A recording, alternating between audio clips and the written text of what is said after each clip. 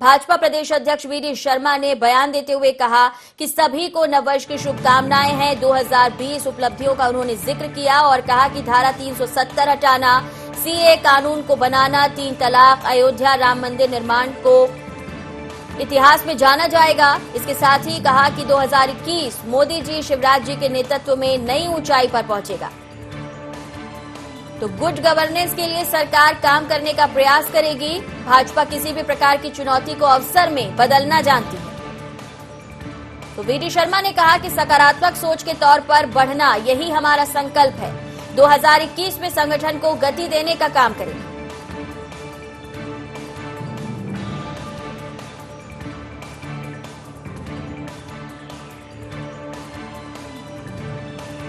मध्य प्रदेश के 7.5 करोड़ से ऊपर जनता को इस कैलेंडर ईयर की शुभकामनाएं भी देता हूं। जिस विचार के लिए, जिस थॉट के लिए और जिस बलिदान के कारण से जनसंघ और भारतीय जनता पार्टी बनी, ऐसी धारा 370 को संसद के अंदर हटाना, सीए कानून बना करके उन लोगों को जो अफगानिस्तान, पाकिस्तान और बांग्लादेश के अंदर धार्मिक आधार पर प्रताड़ित हो रहे थे, उनके उस मनोभावना को पूरा करना, 3 तलाक जैसे केंद्र की सरकार ने निर्णय लेकर के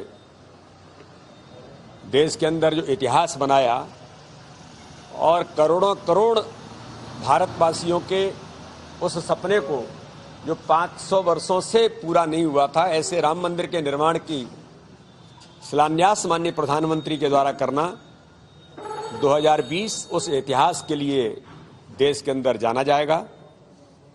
हमारे यशस्वी मुख्यमंत्री माननीय शिवराज सिंह चौहान के नेतृत्व में हम एक नई ऊंचाइयों को छुएंगे और नई ऊंचाइयों के साथ गुड गवर्नेंस में देश के अंदर और मध्य प्रदेश के अंदर इतिहास बनाने का काम भारतीय जनता पार्टी उन गरीबों के कल्याण के लिए, किसानों के हितों के लिए, नौजवानों से लेकर के हर समाज वर्ग के लिए काम करने का प्रयास और उन ऊंचाइयों को भारतीय जनता पार्टी छुएगी। 2021 के अंदर भारतीय जनता पार्टी की सरकार मध्य प्रदेश के अंदर हमारा जो संगठन का तंत्र है उसको और गति देना और ताकतवर बनाना, जो पहले से है उसको और गति देने का काम हम सब लोग मिलकर के करेंगे।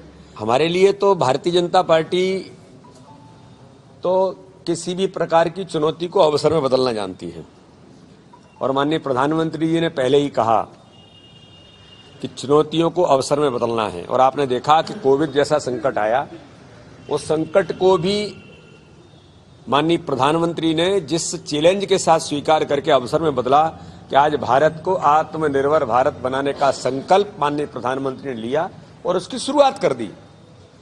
तो हमारे लिए तो चुनौती कोई भी होती है, उस चुनौती को हम अवसर में बदलने का काम करते हैं।